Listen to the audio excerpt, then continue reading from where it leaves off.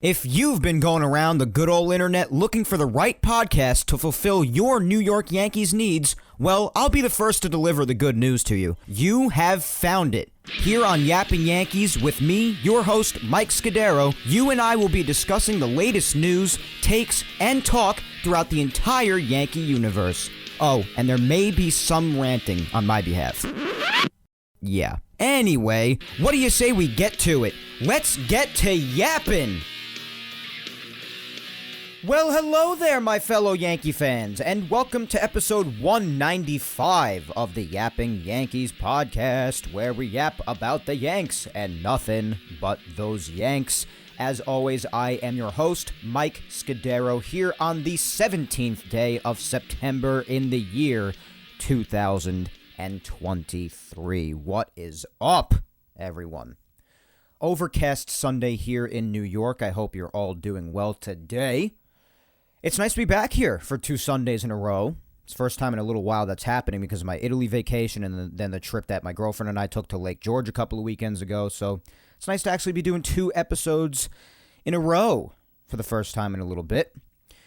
And I'm actually recording a little early today. It's in the 1 o'clock hour. It's in the late 1 o'clock hour. So the Yankee game just started, honestly, like 15 minutes ago or something. They just finished the top of the first. And now they're in the bottom of the first, scoreless. Rodon is taking the mound, so I'll probably be doing some live reacting whenever things happen, live in-time reacting while I'm recording here. I might have to take a little bit of an intermission later on because I am hanging with some people, some friends of mine later on in the day. I'm not sure if I'm going to be done taping by then, probably not. So we'll see what happens when that time comes, and I'll be sure to obviously let you know when that happens, just so you know that you won't be hearing any in live time reactions to the game anymore. But otherwise, we're just enjoying some baseball here on a Sunday afternoon while many others are probably enjoying football, and I can't really blame them. But last week was obviously not the best weekend for us Giant fans like myself because they got embarrassed on national television last Sunday night in prime time. Not ideal against the Cowboys, no less, who always seem to just handle the Giants. So that sucks. But obviously, it's still just the start of the season, and a lot of people are still very excited for football, even though the Yankee season is still over in my eyes. I am still in baseball mode. It's impossible for me not to be until it is completely and utterly done. So that's how it is every single year for me. A lot of people think me ridiculous for doing that, especially in a year like this where the Yankees are where they are. But I can't help it, guys. I love baseball that much. Even when the Yankees are out, I'll still be watching basically every single playoff game that I possibly can. That's just how it is every year. The one thing I will miss this year, though, and I'm saying this because I am that convinced the Yankees are still not making it, which we do have a lot to talk about on that subject because things have gotten a bit more interesting as of this past week, but still aligned with my thought that I've had for over a month now. And in that same breath, if and when, in my opinion, the Yankees factually do not make the playoffs, one thing I will miss this year is my playoff parties, because one thing I do every year is that I invite usually a bunch of friends over for literally every single Yankee playoff game. And if and when the Yankees, mainly when the Yankees don't make it this year, it's going to be one of very few years that I'm not going to get to do that. Because the last time I didn't get to do that was all the way back in 2016, which is the last time they didn't make the playoffs, obviously. So that'll suck. Maybe I'll just have a couple of friends over just to watch other teams playing the playoffs. I don't know. But nonetheless, like I just got done mentioning before, this past week wasn't necessarily like all of the others when we've been talking about relentlessly how the season is over. And again, I still believe it is when it comes to the Yankees and their chances to make the playoffs. That has not changed in my eyes. However, this past week was actually, believe it or not, a little fun. Which is very rare in 2023, considering over 90% of the season, if I had to say, has been complete and utter misery. And it still had its bad aspects, especially with certain news that came out about the roster and injuries. Well, we know that we've certainly had our fair share of information of that realm for endless years now, so there's no surprise there. But as far as the games went, a little bit intriguing, and it actually added to a bit of a streak that they have going on now for a little bit. Just a little something to keep your eyes on. What I'm talking about specifically is the fact that, in case you haven't been keeping track, as of winning the current series that they're playing right now and going for the sweep with against the Pirates right now, and having won 3 out of 4 against Boston in the first half of the week, in the first portion of the week, I should say. This has now marked them having won 5 of their last 6 series, and the only series loss in that span being to the Brewers, which was damn near a sweep at Yankee Stadium, if you recall, just last weekend. And since the last game of the Brewers series, coming into today, they've also won 6 of their last 7 games. So a bit of a interesting trend for the Yankees of late. Not necessarily just the constant losing of games and series like they have for the vast majority of the season, but they've actually done some winning of late. And the biggest story throughout the entire year, especially when you look back on it now at the end, which is what we always do, especially in a year like this, where the Yankees are where they are, you look back on the season, and the Yankees have done almost nothing since June, July, other than lose series that they shouldn't have lost, lose individual games in said series that they should not have lost against some of the worst teams out there. So any time, in my opinion, regardless of opponent or just the series overall against said opponent, regardless of that, them winning series is actually quite a big deal because for the majority of the season, they couldn't do it if their lives depended on it, regardless of who they were facing. Doesn't matter. So it's nice to actually do an episode that's in a bit of a positive light, even if I do still feel the way that I do about the Yankees' overall playoff chances.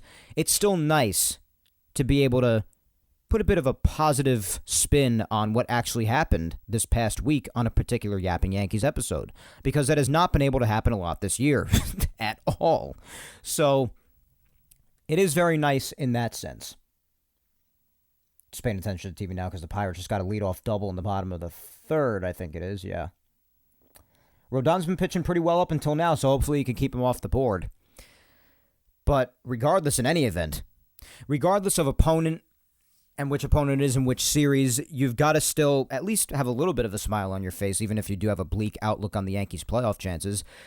You got to have a little bit of a smile on your face whenever they win a series or beat any sort of a team, because, I mean, from the Nationals to the Rockies to the Cubs right before the All-Star break and the Rockies right after the All-Star break, all those series and then some, even the series against the Angels in L.A., a series where, yeah, they could have really notched at least one win, got their asses swept. So many series and games that you could mention in the 149 games the Yankees have played this year.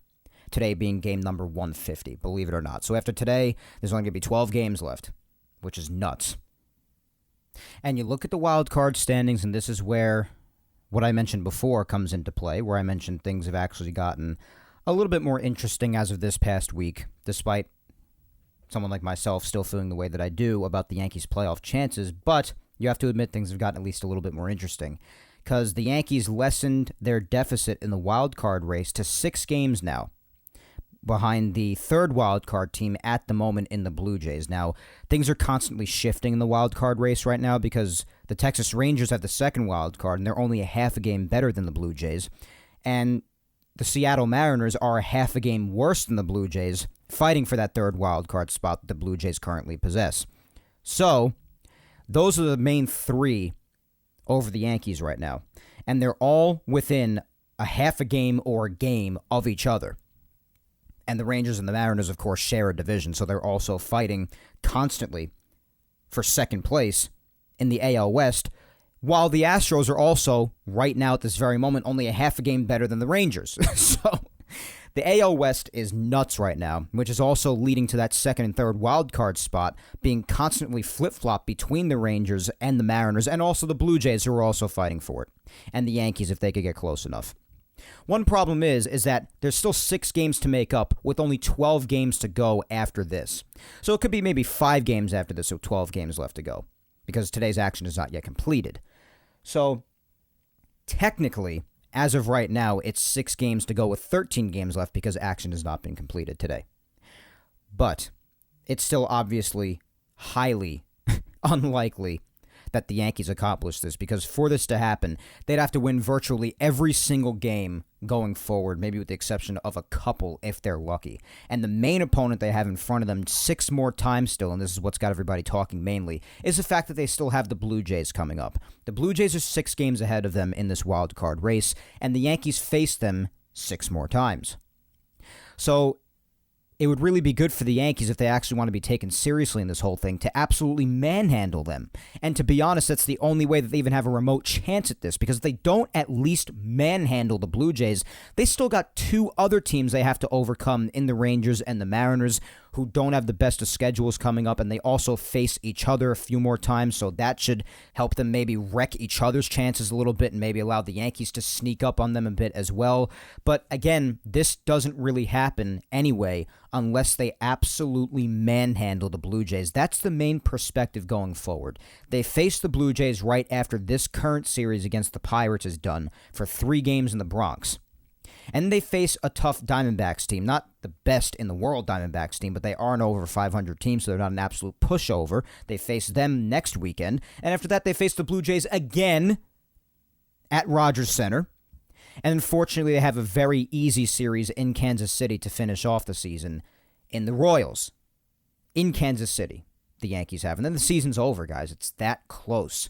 So really, as you could hear from that schedule, yes, the Diamondbacks are no absolute pushover either. But the most important games in that, especially because the Blue Jays are one of 3 teams in front of them, are those 6 games against the Blue Jays. Those games are of paramount importance. There's no doubt about it. And if you don't handle those games, this discussion is meaningless. I still think it's meaningless because I don't think it's possible for them to sweep the Blue Jays at Yankee Stadium and in Rogers Center. I just don't see it happening. And even if that happens, they could still lose a game here and there that they shouldn't lose against the Diamondbacks or even the Royals. You can't put it past the 2023 Yankees, even if they're playing better of late. And it still sinks their chances anyway. It's still highly unlikely. And that's where it comes in before when I tell you, especially at the end of the season, particularly with this Yankee team being where they are, that's where you really look back and say, my God, if they just took that series, or my God, if they just took that game when the standings were like that, or if they took that game against the Orioles when they were actually making things a little bit interesting against them in the standings, or when them and Tampa were fighting for first place and you could have won those vital games to gain ground and ruin their first place aspirations possibly. There's just so many scenarios that could have played out in a given day throughout such a long season. And you think about a lot of it. You find yourself thinking about a great deal of it once you're at the end here, when you think about what could have gone differently and what could have possibly put them in a better position to make what they're in right now less stressful. That's what you always seem to do. It's not easy. And I just saw the Pirates scored, so now they're winning 1-0. So that's not great, but of course it's just 1-0. But again, even if they lose this game, it's not good. And you look right now at what's going on around the league, and of course when you guys are listening to this episode, it'll be later tonight, and all of this action will probably be wrapped up. But right now, the Blue Jays are beating the Sox right now. You can't really rely on the Sox to beat the Blue Jays because the Blue Jays have a lot more to fight for than the Red Sox. The Red Sox now find themselves a game under 500 and back in last place behind the Yankees again. So they're playing meaningless baseball virtually. And the Blue Jays are fighting for their playoff lives right now against the Rangers and the Mariners mainly. So, or even the Astros, if the Astros fall into second place, the Rangers retake it and just flip-flop a lot in these last couple of weeks. The wild card race is going to get nuts. That's my point. So, if the Yankees don't come back in this game, for instance, and I'm not saying they're not. I know it's only 1-0 against a bad Pirates team in the 4th inning now. I know. But if they don't come back and the Blue Jays hold on and win against the Red Sox, and it also depends on what happens with the Mariners and the Rangers today as well. The Rangers are tied at 1 at the moment I'm recording right now, and the Mariners actually don't play until 4.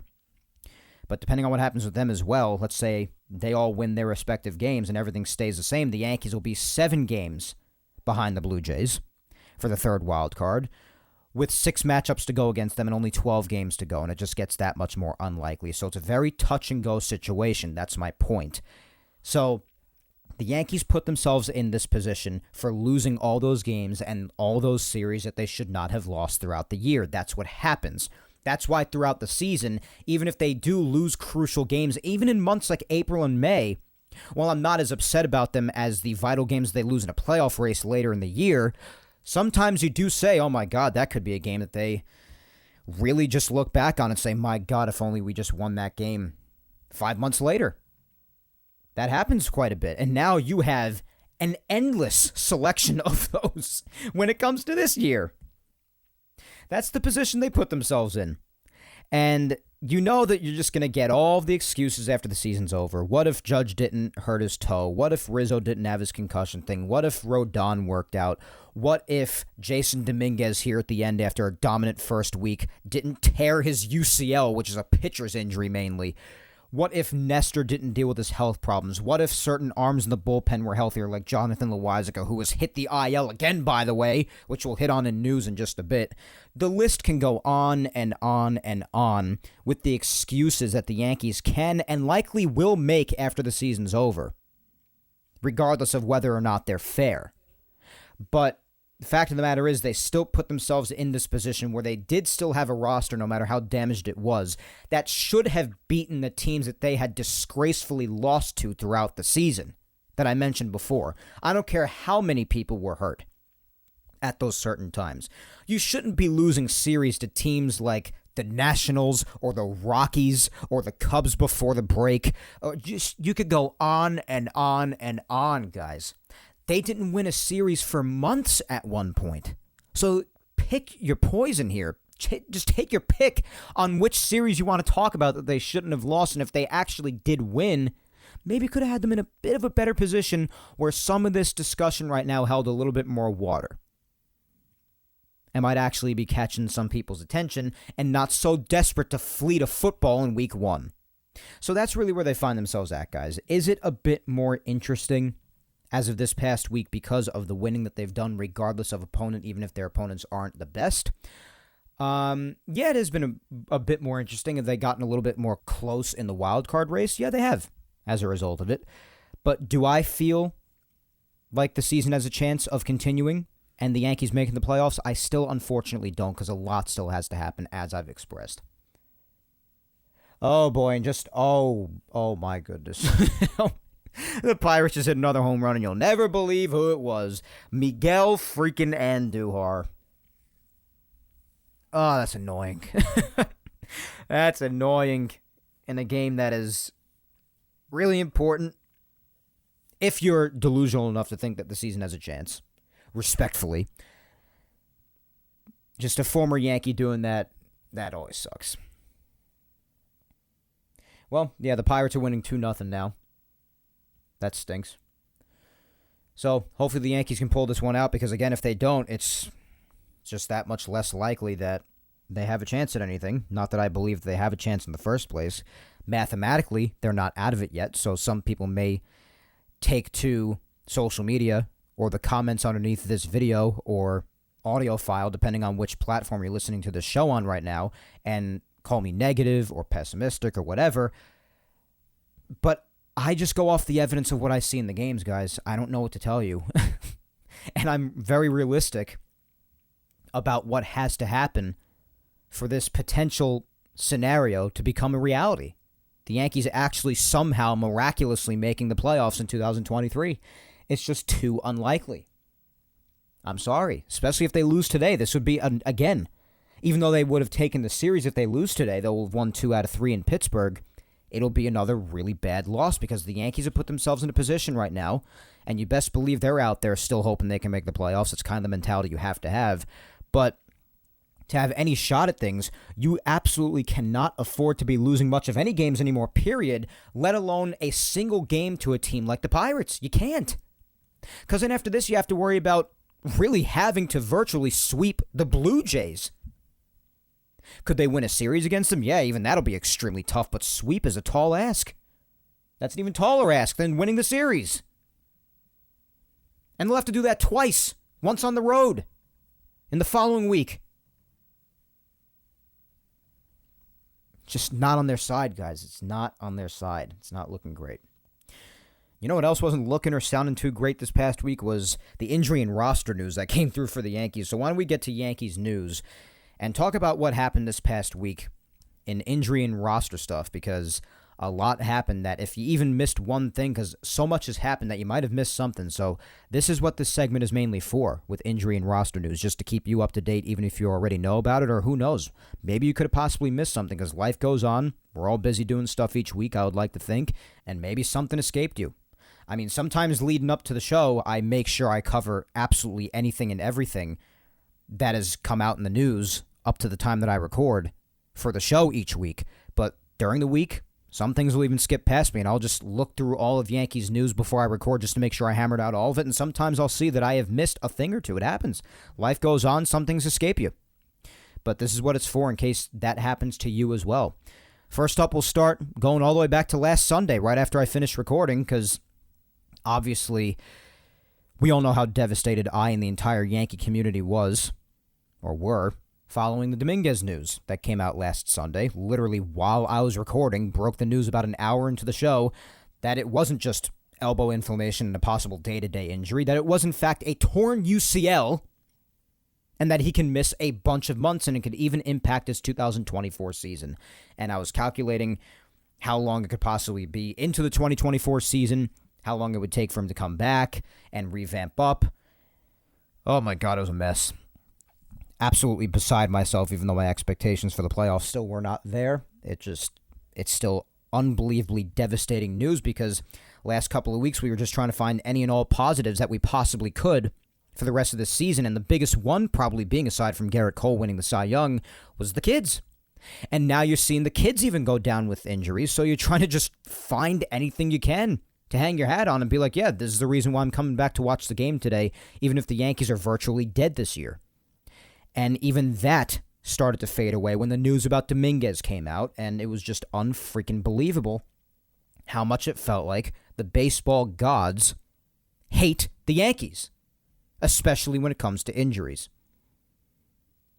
Well, even more news came out last Sunday after I was done recording, so I figured I'd just save it for next week, or this week, now that it's a week later. It was actually revealed, more details on his injury, that Jason actually started to feel his elbow pain 2 Sundays ago. So a week prior from when we spoke last, the last game of the Houston series. And while treating him, or while he was going through it, seeing if he could play through it, they continued to let him play for basically an entire week, more or less. That's the report that came out first. But then it came out and saying that he kept it quiet until like the middle of the week and tried to play through it. So it was just, a lot of the news was mixed up, and a lot of people didn't really know 100% necessarily what had happened with the situation. It started to look like the typical mess with the organization that the injuries usually always look like when it comes to this team, because it's usually just a sham with this organization and just an entire disaster when it comes to their handling of things when it comes to this. But all I really have to say is, if it's a matter of him having stayed quiet about it, I understand that players want to play through injuries, and I even respect it to a certain degree, even though they're putting themselves in further danger when they do so. I respect their desire to be out on the field and continue to contribute, especially when you were contributing at the rate that Jason Dominguez was in his first week in the big leagues. I get it. But there's also a certain degree of it that isn't responsible, because you could risk further injury. And I'm not sure in this particular case if trying to play through it, or the Yankees trying to make him play through it, whichever scenario officially played out, worsened the injury, or if it was going to be this bad anyway, because these problems are usually very touch and go. It's very complicated unless you're an actual doctor, and even sometimes they get it wrong. So I'm not going to claim to know more than a medical professional, even though I could still offer my opinion on it.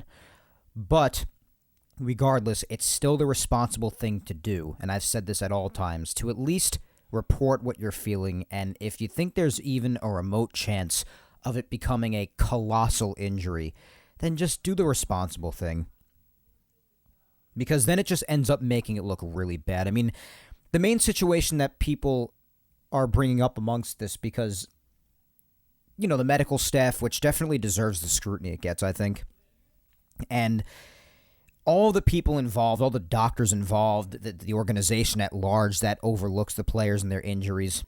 I mean, this situation isn't really what they need, because the first thing they always bring up is the Anthony Rizzo mess. When he had that collision with Tatis Jr. at first base, And it was obvious that when he had started the first month and a half or two looking like it was going to be a career year in his mid-30s, and then after that collision, he put up some of the worst numbers of his entire career for a couple of months, and the organization just kept on throwing him out there until they said, yeah, we're seeing some post-concussion symptoms popping up that date back to the Tatis collision. It really makes the organization look bad when then you have this situation saying that he might have mentioned it, or he kept quiet about it and he kept on playing through it, or they just thought it was safe for him to play through it. It's just a mess. It makes everything look that much more awful, guys.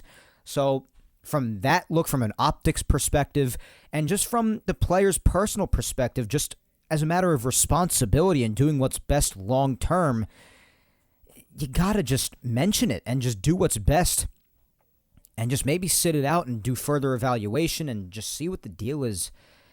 It's complicated.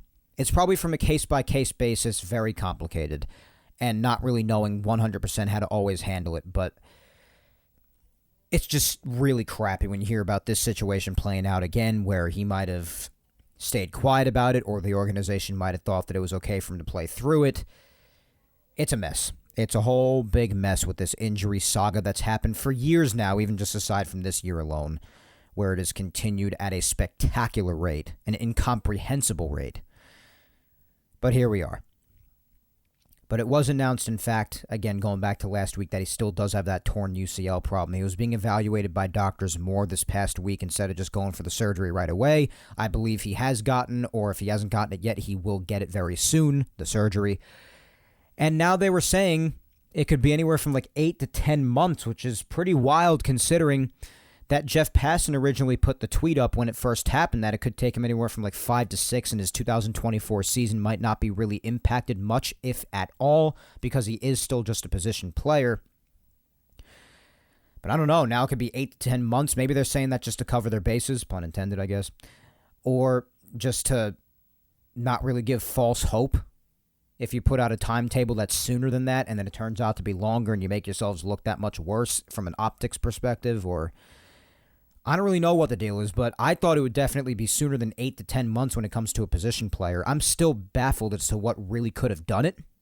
Maybe it was an injury that he had around the time he came up or even before that, and it just somehow got worse for some reason when he came up here. I don't know. The only other position player that I've heard of on the Yankees that this has happened to, a Tommy John surgery as an outfielder, is Aaron Hicks a few years ago. And unfortunately, after that happened, not that he was like anything beyond fantastic beforehand, but especially afterwards, he was even worse. It really seemed to affect him. It definitely affected his throwing arm in the outfield. His throwing arm became a noodle, if you remember. So this has me nervous because this kid, from how he looked when he came up and the promise that was there, even if it was just for a week, and now just hearing how much this could affect his potential first full season, what should have been his first full season as a rookie in the big leagues, and also just long-term wise hurting his development. It's really upsetting, and it really just puts that much more of a damper on this Yankee organization. It really makes things look even more bleak than they already were. This organization's in trouble, man. I don't know what they're going to do.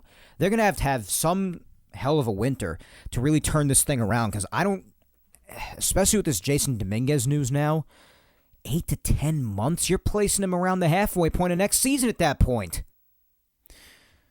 It's not looking good. It's not. I don't know what's going to happen. Obviously, answers will become more clear as time goes along and his healing progresses. Probably hear more by the end of the winter or so. Things will probably be pretty quiet on the Jason Dominguez front throughout the vast majority of the winter, I have to imagine. And then maybe around spring training or the start of the season, there'll be more info. I don't know.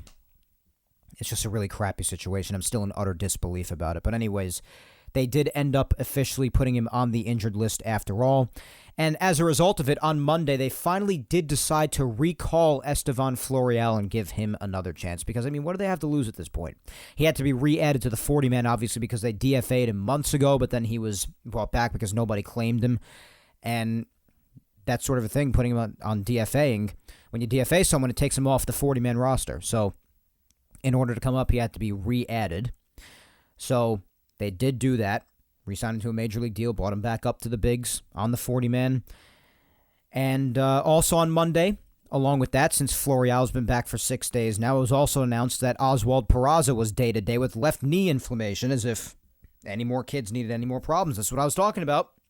When you're looking at any sort of positives that you could get throughout this bleak-as-hell season, at the end here, you're looking to seeing anything that could happen with the kids, and now the kids are coming up with problems. Not only Dominguez, but now Peraza, who, yes, has since played this week since this was announced, so it can't be that bad, I imagine. But it was even announced that he was having some left knee problems. But day-to-day, no IL stint or anything. And he had had an MRI on it a few days prior, apparently, and he was said to be okay structurally, so just some swelling outside of his knee. I guess that's why towards the end of last weekend we hadn't seen him play very much. But as I said, this past week he had played again, and he's actually looked pretty good. So I guess that's fine now, or they're just keeping an eye on it. But regardless, that was some news that came out about him. I'm just glad there's no structural damage, otherwise it would be a much worse situation. Tuesday. Now, this past week, like I said, in the first half of the week, or the first portion of the week, the Yankees and Red Sox were put in an interesting place because obviously they had their 4-game set that I alluded to at the end of the weekly recap last week. The weather really put them into an interesting predicament because they were forced to play 4 games in 3 days, more or less. 2 doubleheaders in 3 days because they had 2 rainouts. What was supposed to be a 4-game set from Monday through Thursday just ended up being 2 doubleheaders, one on Tuesday and one on Thursday. It's really bizarre. But before Tuesday's doubleheader, obviously because you get the extra man 1 and 2, you have to prepare just for any scenario that could take place because you're going to be using a lot of pitchers that particular day, you have to imagine. Usually teams make a few roster moves before doubleheaders. So a lot of roster moves did take place mainly because of that this past week. On Tuesday, they signed Zach McAllister, who was down in the minors, to a major league contract and selected him to the 40-man. So they added him to the roster mainly because, also outside of that, more big bullpen news like I was talking about before with Loaisiga specifically. It was announced that Loaisiga was placed back on the 15-day injured list retroactive to September 10th with right elbow inflammation. So Loaisiga with elbow problems and shoulder problems in the past, now he's got elbow inflammation. That's just freaking fantastic. So we're probably not seeing Loaisiga back for the rest of the year. I'll be shocked if we do. If we do, it'll just be in the last few days, because that'll be the soonest he could come back anyway. The soonest he could come back, since he was retro to the 10th, would be around the 25th, and at that point, there's only just a select few games left in the season. So at that point, I would argue, especially if the Yankees are definitively mathematically out of the playoff race by then, that he would just be shut down the rest of the year. Why not? Why push it when the games don't matter? They also happened to claim a Luke Weaver off of waivers from the Mariners. Luke Weaver. Definitely nothing to really write home about. But also they happened to move Nestor to the 60-day IL to make room for him on the 40-man. And a lot of people might be asking, well, had they just signed Zach McAllister to a major league contract and add him to the 40-man when Loaisiga was just a 15-day IL transfer, that doesn't open up a 40-man spot. Well, they already had a 40-man spot open. They were at 39. So that's how they were able to do that. But when it comes to picking up Luke Weaver from the Mariners, they had to make a 40-man spot for him, and that was moving Nestor to the 60-day injured list. That doesn't affect his timetable, of course. It was just to make room on the 40-man. It's not like Nestor's coming back this year anyway. So, picking up Luke Weaver, someone of his stats, I guess just more diving through the dumpster. Why not? Brian Cashman doing his thing and his guys all around him. So they added him to the active roster prior to Game 2 of Thursday's doubleheader while optioning Matt Bowman, so Luke Weaver's been here since then. And also, by the way, when it comes to the kids, why not add another? Everson Pereira. Some might have noticed that he hasn't been in the lineup since Thursday's 5-0 loss to Boston in Game 1 of that doubleheader. Just for those who may have missed that, I did see a couple of people on my Twitter timeline who were not aware of that, but just so they are aware now, if you happen to be a listener of mine by chance, he has been dealing with leg soreness after apparently slipping on some stairs in Boston. So, there you go. Another of the kids having issues. Terrific. That's what we love to hear, right? Can't get enough of more kids having injury problems. Unbelievable. So it's actually 2-1 now, by the way, in the Pirates and Yankees game right now because DJ LeMahieu actually hit an RBI double, driving home Estevan Florial, who had reached base on a single, leadoff single. They're already in the 5th inning. So this game is going by pretty damn quickly. And I have taken a couple of quick pauses throughout this recording, so that's why when it was only like the bottom of the first when I started, it's already the bottom of the fifth. Now, when I'm only about 35 minutes into recording, I've taken a couple of few-minute breaks here because I had to run and do something. But at this point in time right now, it's around 3 o'clock, and yeah, game's flying by, guys. So it's 2-1 Pirates now after DJ's RBI double. So, yeah, even if they're not long-term injuries like Jason Dominguez, really, biggest thing you hate to hear at this point in time when you're searching for any positives that you really can for the rest of this virtually pointless Yankees season, the biggest one I would say being the kids. The last thing you want to see is kids continuing to deal with injuries, and even though Peraza's been back in the lineup lately, had his left knee inflammation problems earlier in the week, they were saying. You have Dominguez dealing with what he is now, long-term, even affecting his 2024 season, it sounds like, and a decent chunk of it. It could very well be. We'll see when time gets closer, of course, as time continues to pass. And now you're hearing about these leg problems that Pereira is experiencing. So it just sucks. It's just sucky to hear. When it comes to something else that really sucks, that just happened a few days ago, Friday to be specific, so I guess actually just a couple of days ago, Anthony Misevich, who we were just talking about last week, the Yankees did acquire from a reliever standpoint. He was pitching in the game on Friday against the Pirates, and he had just about the scariest thing happen to him that could happen to any pitcher. The biggest nightmare scenario that you could possibly imagine that any pitcher stepping on the mound could have happened to them. It does happen every once in a while, and each time it happens, I hate it even more than the prior time that it happened because you never want to see this. It's absolutely awful. But he had a line drive come right back at him and hit him right in the face. On the left side of his face, to be specific. Really scary situation. This is obviously, again, the thing that you want to see happen the least. I know this because I've spoken to a lot of pitchers in the past. And literally the thing that is the scariest thing to happen is just seeing a ball go right back where it came. And at a scary velocity, too, because they always say, too, the harder you throw, the harder it's going to come off the bat. So it's a really scary thing to witness. He was taken to the hospital, and he was in high spirits, according to Boone in the postgame, after it happened, believe it or not. Like, what could be a worse thing to happen? He was a pitcher, honestly. I'm just glad he's okay. He went to the hospital, but was released yesterday, apparently just a day later, and they IL'd him with a concussion, obviously, as I would expect. So obviously, all the thoughts and prayers to Misevich. It sounds like he's okay, but still a very scary situation. You never want to see it happen to any pitcher. It's just horrible. So I'm just glad he's okay. Because that hits you in the right spot, at the right speed. God forbid. God forbid. Not to compare, but a lot of people always talk about certain other injuries that could always happen in other sports. And yeah, they'd definitely be right. And how life-threatening it could be. But a lot of people, they forget that there are a few plays that could play out in baseball that could also definitely put someone's life in danger that should not be forgotten or passed over. And that's definitely one of them. If someone throws a ball at 95 to 100 miles an hour and they hit the ball in the right spot, that ball could come off the bat at 110 plus, and hitting someone straight in the head in the right spot, that could easily. You want to talk about being life-threatening. That's really scary. You don't want to downplay that at all. It's a really scary situation. So again, I'm just glad that Misevich came away from that, not only just alive, obviously, but that he actually seemed to be in pretty high spirits, and he got out of the hospital after a day, and he just seems to be okay. That's the most important thing. Never want to see that happen to a pitcher. So they did IL him, and in exchange for him being placed on the injured list, the 7-day concussion injured list, by the way, not the standard 10 or 15-day, 7-day concussion injured list, the Yankees did in turn reactivate Ian Hamilton. So Hamilton returns. He's been out for a little while with a groin problem, but he is back now.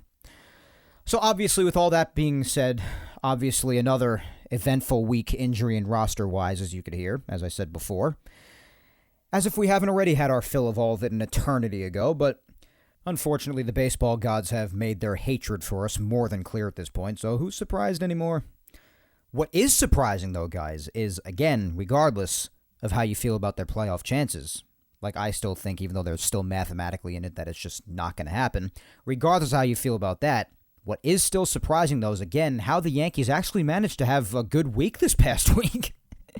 And again, it's tough to use the excuse that they're not playing the best of teams with the Red Sox having fallen under 500 and back into last place below the Yankees again, and the Pirates coming into today 11 games under 500 at 69 and 80.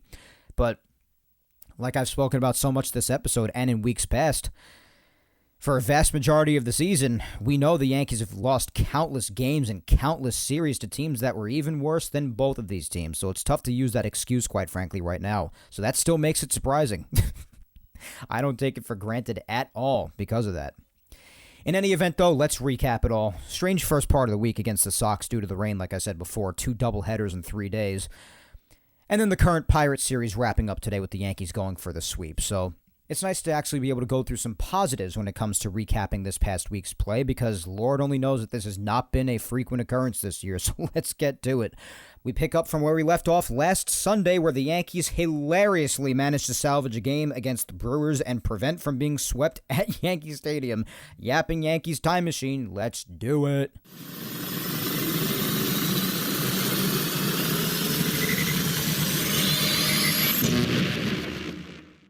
All right, well, I just went to go hang out with my family for a few minutes and just chill and watch the Yankee game with them before coming back here to resume my recording. And while I was gone, literally just when I sat back down in this chair to start recording again, because I have the TV on in my room right next to me as I'm recording, as I always do when the Yankees are on as I tape, Anthony Volpe just tied the game on a solo shot. So we jumped in time a bit again when it comes to what's going on in live time as I'm recording, but Anthony Volpe just tied the game on a solo shot. That was his 21st home run of the year. And he has now also reached 60 RBIs. So congratulations to Volpe on that. 21 home runs and 60 RBIs in his rookie year. Not too shabby. I know there are definitely a lot of other statistics that we'd rather be higher when it comes to his offense, no doubt about that. But it is just his rookie year, guys, and next year will be his second year in the league. We'll see how he builds on this, because there are some positives that you could pick out about his offense this year, even though there are obviously some negatives you could pick out as well. Still on the road to learning. Still on the road. But the game is tied up at 2. They were losing 2-0 to start off. After Peguero put them on the board with an RBI single, the Pirates, and then Miguel Andujar, of all people, hits an Oppo Taco to make it 2-0 off Rodon in the bottom of the 4th. And now the Yankees have slowly crawled back thanks to an RBI double by DJ, and now a solo shot by Volpe, his 21st of the year. So that's the current status on today's game. When it comes to this past week, though, this is what we're here for, the weekly recap. So going back to Monday, of course, after what happened with the Brewers, we covered that last week. Monday, of course, the Yankees and the Red Sox rained out. This was the first of 2 doubleheaders between them that took place this past week, obviously. The first game featured a pitching matchup between Randy Vasquez and Nick Pivetta. On the Yankee side, Vasquez went just 3 2/3, allowing 2 runs, 3 hits, 1 walk, and 3 strikeouts, so not too much length. Of course, Brito would come in afterwards and pitch 2 1/3 scoreless. Brito has had those outings where he just comes in and eats up a lot of innings and just really covers the bullpen. He has his outings where he's a disaster. It just depends, really. But this time, again, he helped out. The Yankees would win this game, so he would get the win, his 7th of the year, while pitching those 2 1/3 innings scoreless. Canely would pitch an inning scoreless after that, also having Wandy Peralta and Clay Holmes doing the same after that, even though Clay Holmes gave everybody a heart attack in the 9th inning, walking the bases loaded, but then inducing one of the more clutch double plays I have seen in some time in making Alex Verdugo, of all people, ground into a double play to end the game, securing a 3-2 Yankee victory. Especially surprised with Verdugo doing that, because Verdugo is usually one of the biggest ones in the Red Sox lineup to always come through against the Yankees in crucial situations. So despite Clay Holmes being an elite sinker ball pitcher, I'm still surprised that Verdugo did not find a way to come through in one way or the other to at least tie the game, let alone even potentially walk it off. But regardless, the Red Sox did jump out in front with 2 runs of their own to start off against Vasquez in the bottom of the 4th, the first one being a solo shot by Devers, and then a wild pitch after that, making it 2-0. So the Red Sox jumping out 2-0 in the 4th, and then the Yankees in the 6th inning jumped out in front despite being majorly quiet throughout the first half of the game. DJ would get them on the board with an RBI double, making it 2-1. And then Gleyber, who we have spoken about for weeks on end now, has really been the most consistent and important hitter in this Yankee lineup in 2023, comes through yet again with a 2-run single to put the Yankees in front 3-2. And again, after Canely, Wandy, and Clay, miraculously Clay, held it down out in the bullpen, the Yankees held on to a 3-2 victory to start off doubleheader number 1. And in doubleheader number 1, in game number 2, obviously the Yankees and the Red Sox would retake the field in game 2 at Fenway Park with Rodon taking the mound for the Yankees. Didn't have like a beyond amazing start, but didn't have an awful start either by any means. 5 innings, 1 run. Did allow 4 hits and 4 walks, though, but also did strike out 9. So there were positives and negatives about this start. Really odd start for Rodon, but since the Yankees did also manage to win this one, and he did go 5 innings with them having the lead by the time he was done, taking the lead in the top of the 6th, that is, it was good enough for Rodon to earn his 3rd victory of the year. McAllister would throw an inning scoreless after that. Misevich would do the same, along with Bowman and Nick Ramirez. So a lot of the lower-end bullpen guys getting some work in that game, combining for 4 innings scoreless, surprisingly. So the Red Sox only scoring 1 run, and that was in the bottom of the 1st off of Rodon when Rafaela hit a solo shot off of him. And he's just a kid, but he showed some impressive power there off Rodon. I mean, it was a fastball that was pretty in. I mean, Rodon got it pretty in on him, and he still just turned on it and hit an absolute freaking bomb to the monster. So, impressive power by him, but that would be the only run the Red Sox put up all night. Estevan Florial would tie the game in the top of the 5th with an RBI single. Jake Bauers, who, I mean, for the most part, just had an absolutely putrid week. I mean, there were just moments where he looked awful. To the point where some people were even saying that he was one of the worst Yankee hitters that anybody had ever seen in the history of the Yankees team.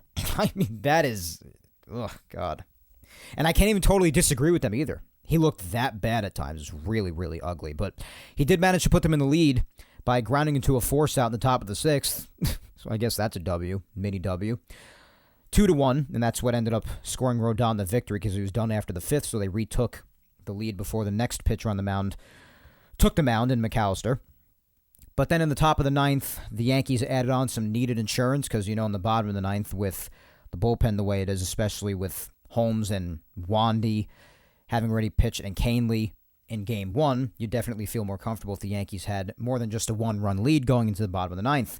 And the Yankees were able to accomplish that, partially because of a Red Sox error, but still, nonetheless, first one wasn't an error. It was an RBI single by Gleyber Torres. Put them up 3-1, so Gleyber coming through yet again. And then this was the error.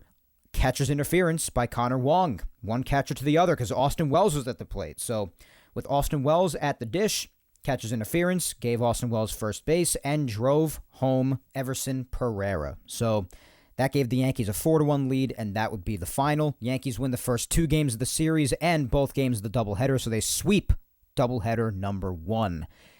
On Wednesday, thanks to the rain, they were rained out again. So, again, this is when the situation kicked in, where they would have to play 2 doubleheaders in 3 days. 4 games in 3 days. So, really, really strange stuff happening at Fenway Park in this 4-game set between the Yankees and the Red Sox. Game 1, pretty uneventful, because the Yankees didn't score a single run. So, really dead offense. They did have 6 hits, got traffic on the bases, but just couldn't get anything accomplished. Gleyber had 2 hits in this game. So did Oswald Peraza. And Peraza, I might have mentioned it a little bit last week, maybe just the fact that he was playing, but I should also add that there were some times where he looked really good this past week. And I guess this is another example of that, going 2 for 4. But the offense couldn't get anything pushed across. They really struggled against Houck, which they really have the tendency to do a lot of the time. So that happened yet again here. Michael King did start this game again. We mentioned last week how they were really trying to convert him to a starter. 4 2/3. He went, allowing 6 hits, so quite a bit of hits. Only 1 run, though, and 1 walk, and striking out 8. So while he did allow some traffic on the bases, he only allowed 1 run to come across, nearly going 5 innings yet again. So honestly, not too bad from Michael King. He did allow a lot of hits, but final result, the final line, not brutal. But the offense didn't do anything. Weissert came in after the pitch, 2 1/3, allowed a run, and Matt Bowman had an ugly outing where in just 1 inning he allowed 3 runs. Red Sox scored 5, Yankees scored nothing. That's a surefire way to lose a game, and they would do just that, losing 5-0. Game 2 of the second doubleheader to end the series. This was the game that actually granted the Yankees the series victory. Best 3 out of 4 in the 4-game set at Fenway. So that's good because, like we spoke about basically all season, the Yankees not winning many series at all. Now, if you include the weekend in Pittsburgh, that is just wrapping up now. Well, they've already won this series. Even if they end up losing this game that they're still tied at 2 at right now at the moment I'm recording, then they still have won the series. They've won 5 of their last 6 series. It's pretty good. So this one did clinch the series win for the Yankees against the Red Sox. Starting this game for the Yanks was Clark Schmidt. He went 5 1/3, allowing 4 runs, but only 3 were earned, thanks to a Volpe error in the first inning on a Verdugo RBI force out. So that's why that 1 run was unearned for him, but the rest were earned against Clark Schmidt. And also, along with Clark Schmidt pitching for the Yankees that night was McAllister, gave up a run in 2/3 innings pitched. He got 2 outs. And Wandy and Canely would also pitch, with Canely pitching the last 2 innings, getting a 2-inning save ultimately in what would ultimately be a Yankee victory, his second save of the year. Canely has definitely been much better of late, which is great to see because after he had a near 20 innings scoreless right after he came back from his biceps tendonitis, obviously he went down again for a while where he was really unreliable, and then now lately he's been back at it, so that's good to see. Boston did actually jump out to the lead first, though, at the beginning, thanks to that Volpe error, along with an Abreu on the Red Sox, meaning that gave him a 2-0 lead on his RBI single. And then the Yankees would storm right back in the top of the second with DJ. This ended up having to be challenged, and it was overturned. It was originally a ground out, but it ended up being that DJ beat it out. Would beat out an infield hit to make it an RBI single, driving home. Florial made it 2-1 Boston. And then the captain, Aaron Judge, who otherwise for this has been back to being pretty dormant. We've actually spoken a little bit about it, about how other than he went on a home run tear again for a while there, but we've spoken about since he got back, he's definitely had his bouts where he's gone into some slumps, and he had been in another up until this. So this is definitely a very nice way to break out of a slump, hitting a grand slam to dead center field against one of your rivals, arch rival Red Sox. It's very nice at Fenway Park. So he hit a grand slam, did the captain, putting the Yankees ahead all of a sudden 5-2. So that was awesome. Bottom of the third, the Red Sox would get a run back on a Devers solo shot, made it 5-3. Then Casas got a run back as well, thanks to another error by Anthony Volpe. So not the best night at shortstop for him. That made it 5-4. And then the Red Sox would end up tying the game on an RBI ground out in the bottom of the 7th at 5. So they did end up coming back, but then the Yankee offense did not go quietly. So after a very quiet first game, it was nice to see them have some fight in the second game. Top of the 8th, DJ with an RBI double down the left field line put the Yankees back out in front 6-5. And then Oswald Peraza with his first home run of 2023, a 2-run shot into the monster seats deep in left center. Really nice shot for him. Put the Yankees ahead 8-5, and that would be the final. Again, the Yankees taking the series in Boston and moving on to Pittsburgh, which is where they're currently at right now. Game 1 was on Friday, and to start this series was Garrett Cole on the mound. Didn't have his best stuff. Only went 5 innings, which is unusual for him. Gave up 6 hits. Did only give up 2 runs, so nothing crazy. He did walk 3 people, so his walks, which have been very much under control this year, not great on Friday, and only struck out 4. So not the best of starts for Garrett Cole, but obviously not a disastrous start. Still just 2 runs in 5 innings, not a train wreck. This was the night that Misevich obviously got hit in the face, and I've spoke about this before. It was horrible. Absolutely horrible. I'm just glad he's okay because it literally hit so hard off his face. Can you imagine this? Line drive right back to the pitcher, hits off the left side of his face so hard that on the deflection from his face trickled into right field for what looked like a regular base hit afterwards. That's how hard it hit his head. Really scary stuff. Really, really, really scary.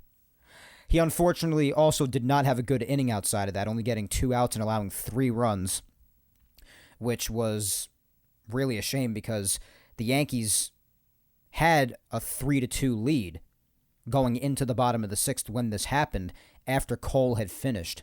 So if they had held the 2 runs that they had scored in the 6th inning to take the lead for Cole, then Cole could have gotten the win. But this inning just ended up falling apart. Obviously what happened to Misevich was terrible. So just glad he's okay. Everyone who pitched after that held it down nicely for the offense to add on later to ultimately clinch what ended up being a win in the end, which is very nice. But yeah, from an offensive standpoint, this game was a bit crazy. To start off the game, in the bottom of the first, Sawinski hit a sacrifice fly off Cole to make it 1-0, but the Yankees answered right back on a Ben Rortvedt RBI single, made it 1-1, and then in the bottom of the second, Garrett Cole would give up his second and final run of the start, giving up an RBI single to Brian Reynolds, making it 2-1 Pirates. And then this is after he came out of the game, after his 5 innings were done. The Yankees did have his back. DJ LeMahieu with an RBI single and Aaron Judge with an RBI single. So that made it 2-2 and then 3-2 respectively. So Judge adding on to his grand slam that he had. It's very nice because, again, before that he was slumping pretty hard before that grand slam again. So it's always good to see him do that. And the hit off of Misevich's face was the first of 3 runs that the Pirates would end up scoring in the bottom of the 6th because that deflection ended up driving a run home, unfortunately. But that's, the game goes on after that until the play is over. So that would drive home Andujar, and then Ke'Bryan Hayes would drive home the next 2 for the Pirates to give them a 5-3 lead on a 2-run single. And the top of the 9th, this is where it all got crazy. So Estevan Florial ended up walking with the bases loaded. This made it 5-4 Pirates, so the Yankees got real close. And then, after this, Anthony Volpe hits a ground ball to shortstop. Estevan Florial is running into second, does not slide. So I definitely think this has a bit to do with it. Maybe it spooked the shortstop a little bit, the fact that he didn't slide, but he also didn't really interrupt the play that much in the sense of ever running into the Pirates second baseman. But I mean, the fact that he was just running straight into second, I mean, they are kind of fortunate, I suppose, that they didn't really call anything on that because obviously you're not allowed to interfere with the feed from second base. Otherwise, the person at first could be called out and it could just be made into a double play. But I guess, he never really definitively crashed into him or anything, but still the second baseman who got the feed from the shortstop ended up making a really bad throw to first. It got away and it ended up scoring 2 more runs, putting the Yankees in the lead. So you could say that an error really saved the night for the Yankees because that really was a tailor-made double play to end the game, but it is what it is. A bad throw. These things happen in baseball. Yankees take the lead 6-5, and then Oswaldo Cabrera, who has been much better these last few weeks, I must give him credit for. We all know how dreadfully he started the season for a long time, where a lot of people were expecting him to really take that left field mantle, at least to start the season. He started so terribly that that's not the way it went, and that's where things kind of went off the rails for the Yankees with left field, even though we were talking all winter about other ways they could have upgraded in the position.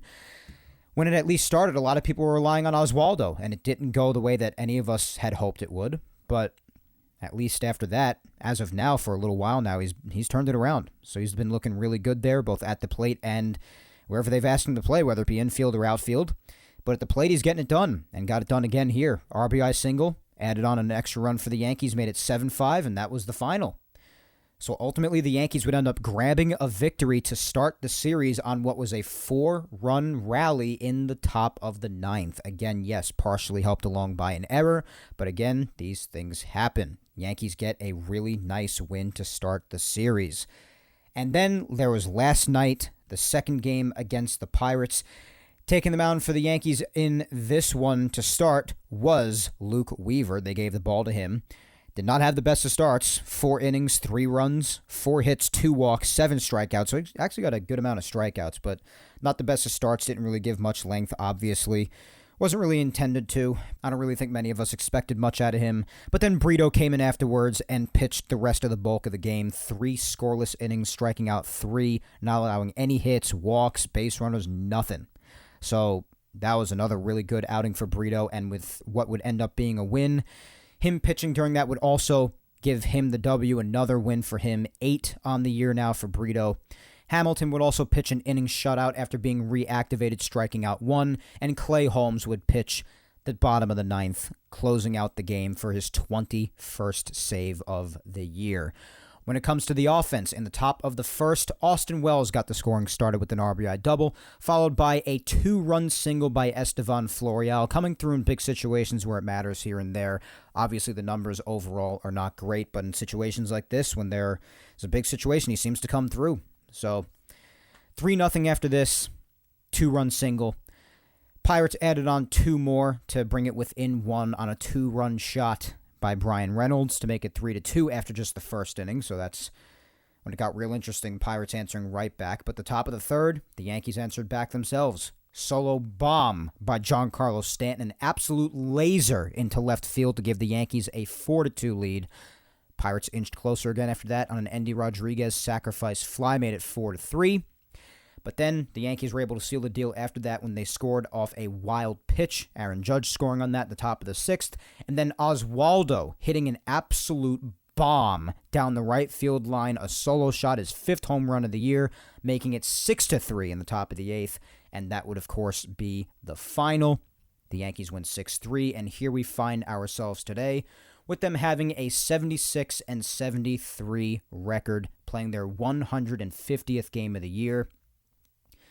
And we'll see what happens. They really, like I said, for those who actually believe they even have a remote chance at making the playoffs and actually getting that 3rd wild card, I am not one of them. But for those who are, like I said, they really can't afford to be losing much of any more games after this, let alone just about any against the Blue Jays, who they really have to manhandle for me to even be remotely paying attention to any sort of wild card race, because that's the only way it even realistically happens, which is still highly unlikely. Like I've mentioned so much throughout this show already, I just really want to save people from any further pain, I guess you could say. But regardless, at the point I'm recording right now, they're still tied up at 2. We're heading into the 8th inning, so if they're really serious about this sort of a thing, it would be really smart for them to win this game. I think that goes without saying. All right, guys. Well, I just got back after a few hours of hanging out with some friends, like I mentioned I was doing earlier on in the show. It is now late at night in the 10 o'clock hour, and that's why I put that sound effect in, just to have sort of an indication to push the point across that there was sort of a time skip there.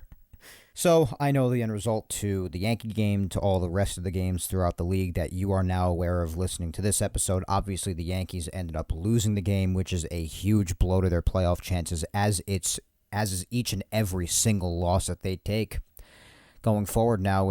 They just can't afford to lose many games, and they ended up losing today's after the Pirates ended up scoring in the bottom of the 7th on an RBI double by Jason Delay.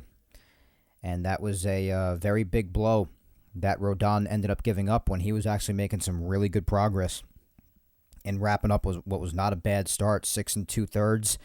But that 3rd and crucial final run giving up 6 hits. He didn't walk anybody today, which was a rare feat for him. He had much better control today, striking out 10 people as well. But that 3rd run, it ended up being the dagger because the Yankees only getting 2 runs today on 4 hits, and they were obviously down 2-0, and as we covered earlier on, they had come back by scoring 2 runs of their own in the top of the 6th on an RBI double by DJ, and then that game-tying 2-run homer by Volpe we were talking about before, but then Rodon gives up that 1 more run. The offense can't come back, and the Yankees lose a game, even though they win the series, but they lose a game that they can't afford to lose against a really bad opponent when losses can't really afford to happen if they have any legitimate playoff hopes.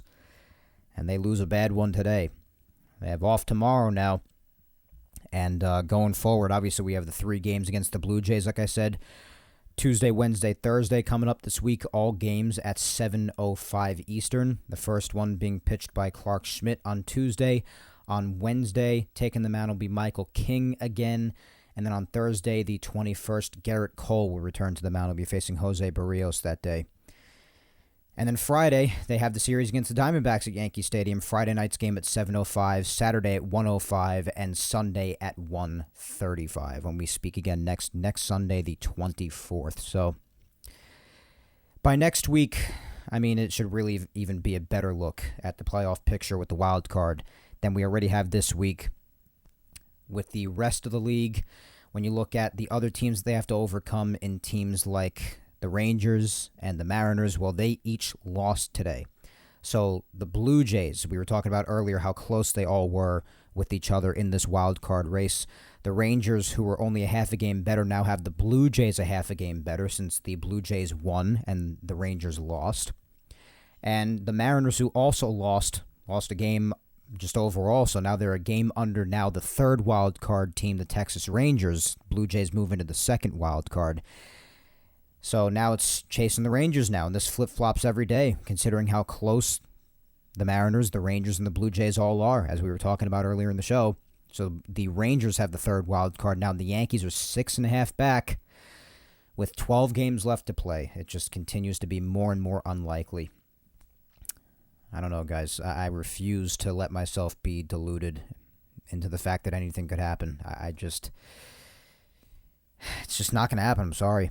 I refuse to believe it and get sucked back in. But, I mean, some people are choosing to be optimistic. I can't fault you for it, but a lot of things have to happen, guys. A lot of things.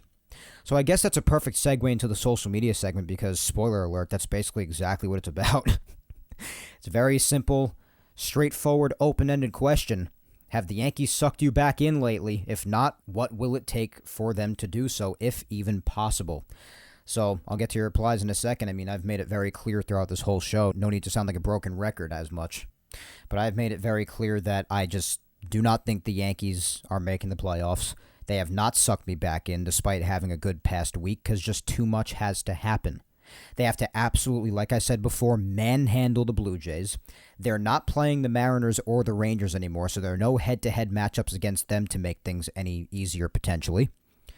And things have to go perfectly with the Rangers and the Mariners for both of their schedules for the remainder of their games for it to happen. So, like I've been talking about the whole show, just too much has to happen. I don't think the Yankees have it in them to win all 6 of the remaining 6 matchups they have against the Blue Jays on the rest of the schedule.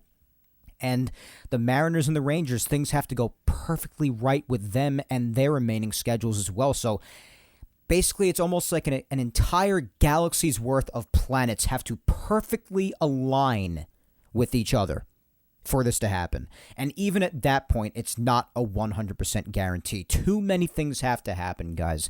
That's why it's not going to play out like that. It's not. They're not making the playoffs.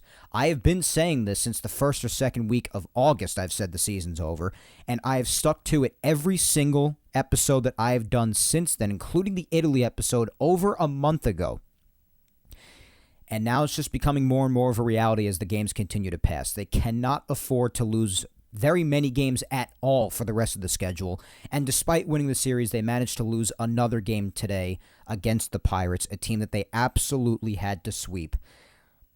The closer you get to the end, the more reality will continue to set in for the people who are allowing themselves to be optimistic about this. It's not going to happen. And it's not because I'm a picture of negativity or pessimism. It has nothing to do with that. It's the fact of just acknowledging reality and being honest with myself. I would love nothing more than for the Yankees to prove me wrong and pull off an incomprehensible miracle and shut all of us up. But it's just not going to happen, guys. It's not going to happen. I know that that's not what a lot of people want to hear, but that's just the way it is, guys. That's the situation they find themselves in. That's the situation that they've put themselves in with all of the inexcusable individual losses and series losses that they have been allowing themselves to take all season long. And here we find ourselves on September 17th going into the 18th in this predicament. And I'm sorry, there is not going to be a way out. There just is not. So let's hear some thoughts from other people. Those are my thoughts. I've made them more than clear throughout the entire show. And it goes back to the episode title. I just refuse. I absolutely and utterly refuse to let myself be deluded into thinking that there's any sort of a chance for the Yankees to make the playoffs, even if they are not definitively, mathematically eliminated just yet. I refuse to get sucked back in and believe in something that is just so remarkably unlikely. First up, we'll just do a few because it's late at the time of recording now, and we're about an hour and 10 minutes in. Trying to shorten the episodes a bit because I know the 2-hour marathons each week are just Sometimes it's not it. At RMNY1976 says, no, I watched just to see how the kids are doing. Be prepared for reality. Once they play the Jays, they will be lucky to go 3-3 in those 6 games. Yeah, man, I'm unfortunately inclined to agree with that. Because a lot of people are saying, oh, yeah, they could win all 6. With what evidence do you think that? I know that anything's possible at all times, but you also can't say something that is such an absurd contrast to reality that it's just silly. They're not going to win all 6 games against the Blue Jays. They're just not. So I completely agree with that. And I do think they'll be lucky to go 3-3 against them in the final 6 matchups against them. I'm very much inclined to agree with that. Up next, we have my good buddy James at Rebirth Chaos 09 saying, they have no shot. Man, I understand fans can be delusional, but they aren't making the playoffs. The sooner people realize it, the better. They have to jump 2 teams and basically go undefeated. They're done. Focus on 2024. Yeah, like I said, a lot has to go correctly all at once. It's just so unlikely. The planets literally have to perfectly align in a way that nobody's ever seen before. Because they have to win all their games. They have to completely and utterly manhandle the Blue Jays. And the Mariners and the Rangers' remaining schedules have to go so perfectly in the Yankees' favor. The odds are just so tiny. It's not even worth it. At Baseball Tzar says, beat the Jays. I mean, yeah, that's basically where I was at, but then it got even tougher after losing today's game against the Pirates. That makes it even tougher. Every loss is devastating when they absolutely cannot afford to do any of it with the remaining schedule. At Steve Zim16 says, sweep the Jays and we'll talk. Yeah, coming into today, that was basically my thought, but again, today's loss makes it even tougher. Rebecca at Peace Now for Life says, I've never given up. I'll never give up until the last out of the last game and they're eliminated. I love watching the kids play. The future is bright. Well, yeah, the second half of that, there's no doubt about that. But you know what? The first half, I can respect it. If you don't want to give up until they're completely and utterly out of it, I can't fault you for that, obviously. Everybody has their optimism or lack thereof. I just don't believe there's any shot of it happening, regardless of mathematical place. But if you want to think that it can happen up until there's definitively actually no mathematical possibility, then that's your prerogative, of course. But I definitely align with the second part of it, watching the kids play, all the joy that comes from that and realizing how bright the future is. Yeah, absolutely. Only Dominguez's injury has really, really dented that quite a bit because it's really going to hurt his development and it's affecting part of what should have been his first official full rookie season next year. That is really deflating. Really, really is. Spencer at Musician DMD says, many fans seem to have oversimplified the Yankees situation. They need more than just to win. They need the Jays and Mariners to lose. A lot. If the New York Yankees win all their remaining games, it won't matter if Seattle doesn't lose 7. Not having that control is why they won't make the playoffs. I mean, that's exactly what I've been saying all show, really, and especially here at the end. It's not just about the Yankees winning, which is so unlikely even as it is on its own. But like I said, how everything else has to also perfectly align, as you've also said, Spencer, I could not agree more, dude. It just doesn't do any good to oversimplify a really bleak situation. At Papa D 1113 says, when they next get to the World Series. I mean, this was mainly just about them making the playoffs this year specifically, but listen, I hear you. I know there are a lot of people fed up about the fact that they have not only not won a World Series since '09, but not even gotten to a World Series in '09, and that's been a big discussion on this show for a while now that I've been holding. The fact that they haven't won a World Series since '09, it's been almost 15 years, a decade and a half, which is unusual in its own right when it comes to the Yankees, regardless of what other fan bases may say, saying that there's nothing and it's just a product of how spoiled Yankee fans are. Yeah, but you got to think about it from our perspective. And our perspective is the fact that you will have trouble finding many windows of time where the Yankees went that long without winning a championship, but you'll have even a tougher time finding that window of time where the Yankees haven't even won a pennant, which is what they have managed to pull off miraculously in these last near 15 years. They're approaching historic drought levels when it comes to pennants, or lack thereof. Go ahead and try to find many, if any, 15-year windows of time where they have not even won a pennant, let alone a World Series. It's pretty bad. They have gained a reputation of chokers, just being a joke in the playoffs, which is something that I never thought. That is truly a reputation that I never, ever thought in a million years that the New York Yankees could ever achieve. But here we are. It's crazy. It's crazy how times can change. You start watching baseball, your team has a certain air about them, certain reputation, certain respect, and then 16 years later, because I've been watching baseball since 2007, basically, later on in the season, it was a different world for the Yankees and us fans back then. It's different. And even more different if you go back even further in time. At Spring Rose NY says, another season the Yankees not doing anything. Yeah, well, even more so than just the past few, because the past few they at least made the playoffs. Oh, God. What sadness. All right, let's wrap up the last two. I know it's a lot sooner than usual, but we'll see what we do next week for the social media segment. Maybe we'll spend a bit more time on it. See what happens this next week, of course. But let's do the final two as we usually always do. Up first is my girlfriend, Vic Salimo. She says, I haven't watched a Yankee game unless it's with you since before we left for Italy, so no.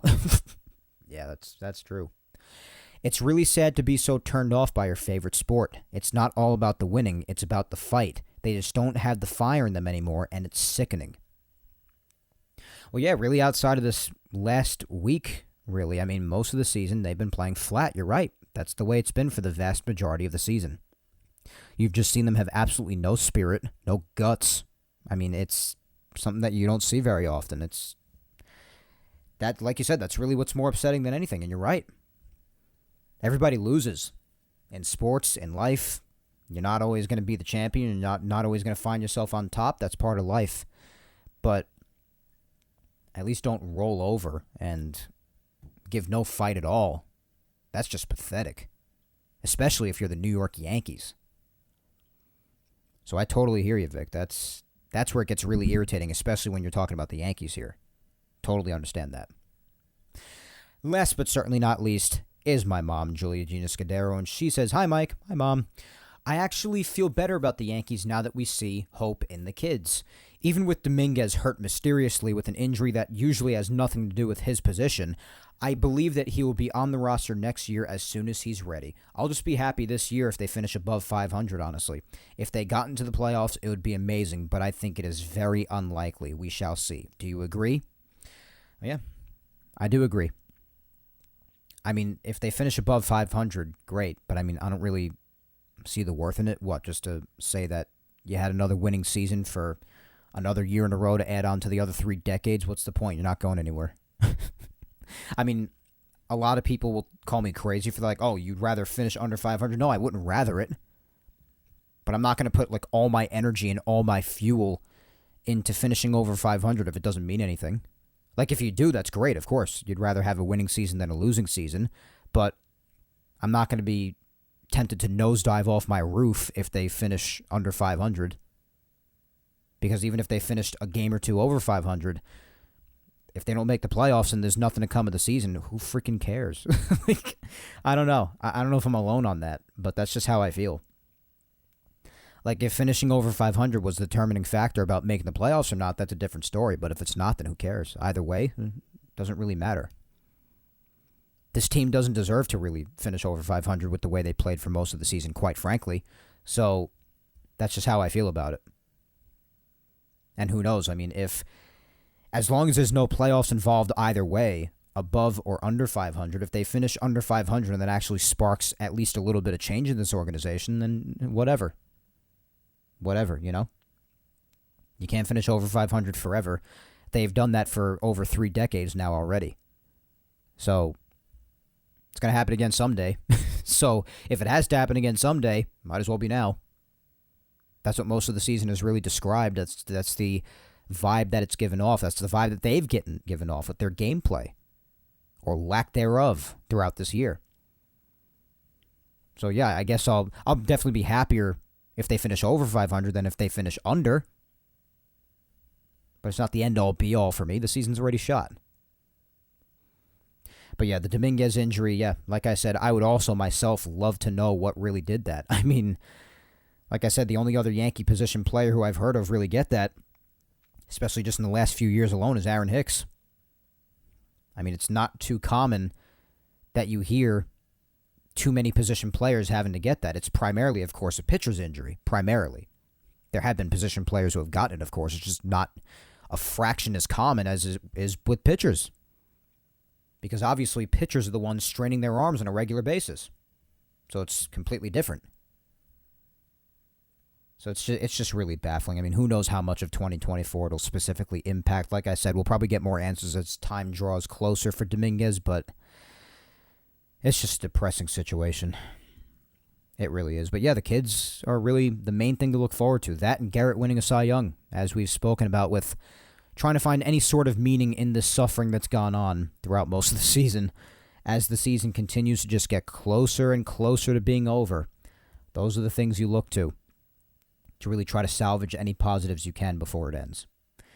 But thank you for submitting your answer, Mom, and thank you all for submitting your answers. I just thank you every single week because I love you so much. You know that, guys. I love each and every one of you and appreciate you to the ends of the earth for supporting me, whether it means leaving a like on the video or audio file, whatever you're listening on, leaving a comment to show your love, or subscribing, or just listening every week. And even if you just listen to 5 minutes of the show, I mean, just dedicating any sort of time to me in your life means the world to me. I just want to remind all of you of that as much as I possibly can, because it really is coming from my heart. That's really how I feel. I appreciate any and all time that you dedicate to me throughout your busy day. It means the world to me. So I appreciate you always interacting. I appreciate you listening. Doing even the slightest thing to show me support means more than I can ever tell you. But it is pretty shocking. I don't even think we're going to hit an hour and a half today for the first time in a while. But that is all for episode 195 of Yapping Yankees today, guys. Because listen, that's just the way things are right now. That's the Yankee situation. You can only sound like a broken record so many times in a row, so many weeks in a row, before it just becomes utterly insufferable. That's all I can really say. So please do remember to follow me on all social medias if you do not already. Facebook fan page, Mike Scudero NY. Twitter is at Mike Scudero, and Instagram is Mike Scuds97. Be sure to subscribe to Yapping Yankees on all 4 of the platforms it is available on, guys. YouTube, Apple, Spotify, SoundCloud. Show your love across all of them, as you always do such a great job at doing. And if you have the time and you've missed any past Yapping Yankees episodes, well, I do have good news for you. It is not the end of the world, because episodes 34 all the way up to episode 195 today, those are all available on YouTube. And every single Yapping Yankees episode, going all the way back to episode 1 over 4 years ago, all the way up to today's episode, well, those are all available on SoundCloud, Apple Podcasts, and Spotify. But once again, I thank you 3,000 for listening to me yap today. As always, my good people, I have been your host, Mike Scudero, and I will talk to you next Sunday, September 24th, when I come at you with episode 196 of Yapping Yankees. We are officially within 5 episodes of the bicentennial 200th episode of Yapping Yankees, guys. That is completely surreal to me. I can't believe it. But until next week, guys, hang in there, be patient, stay safe, look out for your loved ones. Go ahead and kick life's ass this week, as I always tell you to do every single week, my friends. And just continue to find the bright spots wherever you can with the Yankees. Like I said, by next Sunday, we'll have an even clearer picture as to how the wild card picture looks after they have their first 3 out of their remaining 6 head-to-head matchups against the Blue Jays take place from Tuesday to Thursday this week. And then they even have a series against the Diamondbacks next weekend, and they're not necessarily a pushover. And then they'll have another 3 against the Blue Jays, and then the final 3 against the Royals, but I assume that they will be officially and completely mathematically eliminated by then, so that'll probably just be for fun at that point. But just try to find any sort of positives and meaning that we can for the rest of the time out, guys. That's what's most important. As we try to do each and every week as we're just playing out a virtually meaningless season. Because you know that I've been saying, as far as I'm concerned, they've been out of it for over a month now. That's where we're at, guys. So you might as well just enjoy what we can. So that's what we're going to do until next Sunday, like we try to do every single week, guys, regardless of the Yankee situation. But until then, take care, and let's go Yanks.